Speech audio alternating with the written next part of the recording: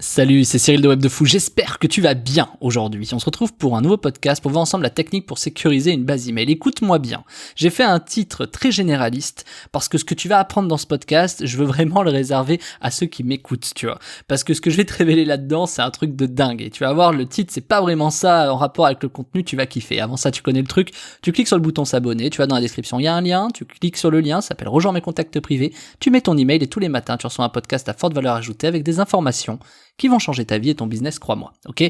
Allez, on y va. Bon, écoute ça. Quand tu fais de l'email, il faut savoir un truc. Imaginons, tu recrutes. Donc, faire de l'email, ça veut dire quoi ? Tu as une acquisition d'email, peu importe comment. Peut-être que cette acquisition, c'est du scrap. Peut-être que tu récupères des bases de données par là. Ou peut-être que tout simplement, tu joues white hat et que tu récupères à travers la pub, etc. Machin. Peu importe ce que tu fais. Dans tous les cas, tu as une méthode pour acquérir des données, tu vois, un email, ok ? Et là, je vais te montrer un truc, tu vois. Je vais te montrer quelque chose qui est quand même dingue, tu vois. Et là, c'est un truc que j'ai pas mis dans la formation de cette semaine, donc il fallait absolument que je te le partage en gratuit pour que tu comprennes une idée comme ça qui est quand même assez pas mal. C'est vraiment que tu comprennes ça. La RGPD a dit, quand tu as une base de données, que tu es responsable de tes données, tu vois, et que par exemple, l'audience, par exemple, toi qui m'écoutes, si tu es sur Web de Fou, je suis responsable de mon audience, donc en gros, les données, c'est les miennes, il faut surtout que je les sécurise, et surtout sur mes CGV sur mon site, il faut que je dise qui a accès à ces données. Donc moi, dans les CGV, tu vas voir que par exemple, il y a Mailchimp qui a accès à tes données, il y a ClickFunnels, il y a tous mes prestataires au milieu qui ont accès aux données. Et ça, tu dois le dire, ok ? La RGPD te dit ça. Voilà. Ce que la RGPD dit aussi, c'est que celui qui envoie l'email est aussi responsable des données, tu vois. Et tu vas voir, écoute bien ça, celui qui envoie des emails est responsable des données. Et tu vas voir pourquoi ça a son importance. Ensuite, c'était une petite parenthèse et je vais réutiliser ça plus tard. Ensuite, si tu es dans une autre juridiction que l'Europe, parce que le RGPD c'est européen, je vais te donner un exemple à Singapour, si tu as une société à Singapour par exemple, alors attention, pas confondre ta société et toi en tant qu'individu, mais si tu as une société à Singapour, le RGPD à Singapour n'existe pas, sache-le, dans le sens où par exemple, je te dis pas d'avoir une société à Singapour, mais dans l'idée en tout cas, tu peux envoyer des emails d'où tu veux, de Singapour, de où tu veux dans le monde, tu vois. Alors après, c'est toi, ta conscience, ton éthique, et j'incite pas du tout à faire ça. Moi, personnellement, moi qui ai beaucoup d'emails, je joue franc jeu, il y a mon nom derrière, il y a mes noms de domaine, il y a les noms de mes sociétés, moi je me masque pas, tu vois, c'est hyper important. Moi je joue franc jeu, s'il y a un problème, je veux que les gens puissent me contacter pour dire excusez-moi, c'est un problème, ou si c'est pas un problème, excusez-moi, vous avez juste peut-être pas trouvé le bouton, bref, tu vois, tout va bien, vous voulez vos données, les voici, machin. Moi je joue franc jeu, je déteste me cacher, j'aime bien le côté éthique, j'aime pas faire chier les gens, donc s'ils se sentent un peu importunés, ou si jamais je les fais un peu chier, je préfère qu'ils me le disent, tu vois. Bon, moi c'est mon avis, voilà, et j'incite vraiment à ce que je te dis parce que c'est comme ça que je travaille pas dans le côté hyper crade, quoi. Ça c'est hyper important, je le dis quand même, hein. Voilà, ça paraît évident, mais voilà. De toute façon, je vais te dire même un autre truc, je fais une parenthèse encore, c'est que si tu travailles crade, de toute façon, tu vas pas durer. Donc, c'est-à-dire les hacks, ils vont terminer, les machins, ça sera fini. Si t'as pas les bonnes méthodes pour rendre le truc clean, une bonne devanture, t'es foutu, quoi. Voilà, je préfère te le dire. Maintenant, je reprends le podcast. Donc, quand t'es dans une autre juridiction, c'est gagné, tu vois, parce que tu peux envoyer tes emails comme tu veux. Et la RGPD dit vraiment que l'emailer est responsable. Donc, je te pose la question, et tu vas voir que le truc, c'est quand même un truc de malade. Écoute-moi bien, qu'est-ce qui t'empêche de déléguer le risque? Je m'explique. Qu'est-ce qui t'empêche, par exemple, à récupérer des bases de données je sais pas où, et plutôt que d'envoyer toi ces bases de données et de prendre le risque, tu demandes à quelqu'un de le faire pour toi, des emailers professionnels. Et je te dis ça parce que nous, ça nous est déjà arrivé qu'il y a des gens qui nous demandent de monétiser leurs bases de données. Quand on regarde un peu et qu'on analyse, on se rend compte que les mecs, ils les ont pas récupérés de manière très très clean, tu vois. Et donc, en fait, ils délèguent le risque en disant, allez-y, shootez-le, comme ça, si vous êtes foutus, c'est votre faute, quoi. Donc nous, on a des contrats, tu vois, de partenariat en disant, vous êtes responsable, etc. Mais c'est pour te dire quoi ? C'est pour te dire qu'en fonction d'où sortent les bases de données, tu sais jamais vraiment, tu vois. Et puis quoi que te disent les gens, je veux dire, crois pas ton prochain en fait, c'est ça que j'ai envie de te dire, parce que les mecs ils sont un peu fourbes, clairement. Et donc je te dis ça pourquoi ? Écoute bien, ça va devenir très intéressant. Plutôt que d'envoyer une base de données, tu récupères une base de données tombée du camion, je sais pas, t'as peut-être 50 000 ou 400 000 emails, et tu sais pas quoi en faire. Et du coup, tu te dis, peut-être que plutôt que d'envoyer un email, tu sais quoi, je vais faire confiance aux pros et je vais leur donner cette base de données email pour que eux fassent de l'argent. Et moi, je leur demande de l'argent en contrepartie. Comme ça, c'est pas toi qui prends le risque et comme ça, toi, t'as pas de problème et t'es pas emmerdé. Tu vois ce que je veux dire ? Comme ça, c'est eux qui envoient l'email. Pourquoi je te dis ça ? Parce que moi, en tant qu'emailer, je suis responsable des données que j'envoie et que quand le mec se plaint parce que je sais pas, il a peut-être pas demandé à recevoir des emails, c'est à l'emailer qui s'adresse. C'est pas au mec à qui il a donné la base de données et c'est à l'emailer de justifier d'où ça vient. Et si le mec il t'a pas donné de justif, c'est l'emailer qui est responsable.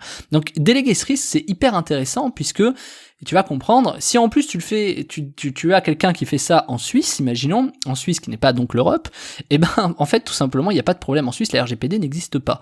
Et je te dis ça pourquoi ? Parce que je te dis pas d'aller créer une société en Suisse d'ailleurs ou à Singapour, c'est pas du tout ce que je dis, quand même tu fais ce que tu veux, mais tu peux t'adresser à des sociétés suisses ou singapouriennes pour faire ça, pour ne tout simplement jamais avoir de problème et que tu sois jamais en frontal. Alors évidemment tu feras toujours moins d'argent que si c'est toi qui le faisais, c'est certain, c'est à toi de négocier le bon deal avec eux, il y en a beaucoup qui font ça, il suffit de taper quelques requêtes sur Google, c'est pas forcément les meilleurs que tu vas trouver dans les premiers comme d'habitude, mais t'en as qui fonctionnent bien. Donc c'est pour te dire que quand t'as des bases de données, plutôt que d'essayer de la travailler ou autre ou machin, ça va être intéressant de plutôt déléguer cette sécurité-là, de ta propre sécurité, de déléguer ta responsabilité, devrais-je dire, à d'autres personnes, tu vois. Et en Suisse, ils s'en foutent, tu vois, que t'as un contrat ou pas. Entre Français, c'est important, tu vois. Si par exemple t'as un Français qui fait ça à un autre Français, t'as quand même les RGPD au milieu. Donc je te dis ça parce que je suis pas du tout anti-RGPD, au contraire, moi je trouve heureusement que cette RGPD existe, même si bon, les pauvres ils sont en difficulté, j'avais déjà traité de ça d'ailleurs, auparavant, mais voilà, c'est hyper important que tu comprennes. Moi, tu sais, je fais partie des gens qui, pour créer un antivirus, faut comprendre un virus, et pour comprendre un virus, faut créer un virus. Moi, je fais partie de ce genre de personnes qui réfléchissent comme ça. J'aime bien connaître les deux côtés de la barrière. Pourquoi ? Parce que quand t'es que d'un côté, tu n'as pas toute la notion, tout ce que ça demande, et t'as moins de réflexion que si tu connais les deux côtés de la barrière. Donc c'est hyper important, par exemple, de connaître le légal et l'illégal. Par exemple, la légalité, pour que les gens, les juristes qui apprennent la légalité, ils sont obligés d'apprendre l'illégalité. Quelles sont les choses illégales, pourquoi, comment les gens font, quels sont leurs systèmes, c'est hyper important. Et moi, je pars exactement de ce principe, c'est hyper important de savoir comment et pourquoi les gens ne respectent pas certaines choses et comment tu peux faire pour le combattre. Moi j'aime bien les deux côtés de la barrière. Après, c'est toi qui choisis de quel côté de la barrière t'es. C'est individuel, c'est propre à soi. C'est toi qui choisis avec ta bienveillance et ton éthique si tu te situes du côté bien ou du côté mal. Clairement, c'est ton éthique. Bien que le bien et le mal, je veux dire, c'est très subjectif, mais c'est pour te dire que c'est toi qui choisis de quel côté de la barrière t'es. Donc moi je peux te donner un maximum d'infos comme ça, tu vois. Je vais essayer de te donner, que tu comprennes un peu comment ça fonctionne. Pourquoi par exemple ta boîte mail des fois t'es un peu spammé et que tu te dis bah tiens, putain je comprends pas, j'ai beau me plaindre, j'ai beau machin, j'ai beau truc, je reçois encore des emails. Maintenant, ça va encore bien plus loin, tu vois, il y en a qui le font un peu partout dans le monde, et maintenant que c'est l'ouverture à l'international, t'as beaucoup de gens qui ouvrent des boîtes un peu partout qui font ça. Bref, c'est franchement compliqué quand t'es utilisateur d'une boîte mail et que bah tu reçois des spams partout. Moi, le premier, j'ai des spams. Alors moi, c'est volontaire parce que j'adore recevoir des spams pour plein de raisons que je t'ai déjà évoquées, mais c'est hyper important de te dire que bah les spams que tu reçois, il faut que tu comprennes d'où ils viennent et pourquoi c'est compliqué de s'en débarrasser en fait. Et donc évidemment, quand t'as des gens, tu vois, qui appliquent ce que je suis en train de te dire, par exemple, bah, prendre la base de données, la déléguer à une société suisse, et voilà, bah, toi tu te retrouves d'un coup à recevoir un mail d'une société que tu connais pas, que t'as jamais vue, et en Suisse ou à Singapour, et tu te dis mais d'où ça sort, tu vois. Bah, typiquement, je te donne l'exemple dans ce podcast, pourquoi et comment. Et c'est très intéressant comme système parce que ça te permet vraiment de montrer que c'est une faille de la RGPD en fait, c'est une faille de tout ça, c'est de dire bah ouais, quand t'es dans une autre juridiction, bah c'est compliqué d'aller te chercher. Donc qu'est-ce qu'il faut ? Bah il faut que forcément les gens aient des contacts, mais quand t'es sur internet, des contacts ça va vite. Donc en fait, tu vois ce que je veux dire ? Ce que j'essaie de t'expliquer, c'est que si par exemple t'as des emails récupérés, en scrappés, en machin, etc., et que t'as peur de les envoyer, alors déjà si t'as peur, je t'ai fait la formation qui s'appelle légaliser ces emails récupérés sur internet, c'est la formation qui est en description, tu cliques dessus et je t'explique comment tu peux légaliser entre guillemets tes emails. Je dis entre guillemets parce que c'est bien sûr que ça les légalise, mais tu les rends opt-in pour toi et comme ça tu seras intouchable côté RGPD. Je t'explique en fait comment être RGPD friendly avec une base de données que t'as récupérée ailleurs. Et c'est une méthode que moi j'utilise qui est clairement inconnu, alors je dirais pas qui est inconnu, mais en tout cas qui est exploité d'une façon très inconnue, c'est certain puisque c'est notre façon à nous de le faire, et ce que tu découvriras est unique, c'est sûr. Nous on aime bien exploiter les choses qui existent, mais renverser un peu le système, tu sais. Donc je vais te montrer comment on peut légaliser ces emails, donc ça c'est si tu as récupéré des emails, mais surtout derrière ce qu'il faut savoir, c'est qu'une fois que tu les as récupérés, pourquoi c'est important ? Parce que non seulement toi tu peux envoyer des emails, mais également si tu as peur d'envoyer, tu peux également les déléguer à quelqu'un, c'est le sujet de ce podcast, et où tu peux justifier justement que tu les as recrutés, tu vois, en disant hey mais c'est à moi, voilà, regarde c'est clean, j'ai toutes les données, j'ai toutes les machins, même si tu les as récupérés de manière bizarre, tu vois. C'est que du coup, t'as légalisé le truc entre les deux, t'as fait le trait d'union, et du coup, même un contact en France, un contrat en France, plutôt que ce soit toi qui envoie, tu peux envoyer ça, tu peux déléguer cette partie à un emailer qui lui va faire le job, tu vois. Et du coup, personne peut rien dire parce que c'est clean et c'est légal. Donc c'est juste que c'est pas toi qui prends la responsabilité. Et c'est très intéressant parce que, écoute bien le truc, même si le mec il fait 4000 € avec ta base de données, imaginons, toi tu prends 2000, tu vas prendre 2000, et du coup en prenant 2000 €, eh ben, si si tu multiplies ça par 10 personnes comme lui qui vont monétiser ta base, tu vas faire 20 000, mais pire, tu vas faire 20 000 en passif, t'auras rien à faire, et en plus sans risque, parce que ta base aura été complètement légalisée grâce à la formation, et en plus parce que eux auront pris le risque. Donc en fait, tu peux aller aux Seychelles, quoi. Tu vois ce que je veux dire? Alors évidemment, je vais pas t'expliquer, enfin j'ai fait une autre formation que tu pourras regarder qui s'appelle 50 000 emails par jour et c'est à 100% assuré, mais c'est pour te montrer que, tu vois, il y a des façons, encore une fois, de penser, t'as vu toute la semaine, là, j'ai traité un peu de ça, c'est de te dire qu'il y a des façons de penser toujours différentes, toujours un peu plus loin, toujours aborder le système d'une autre façon.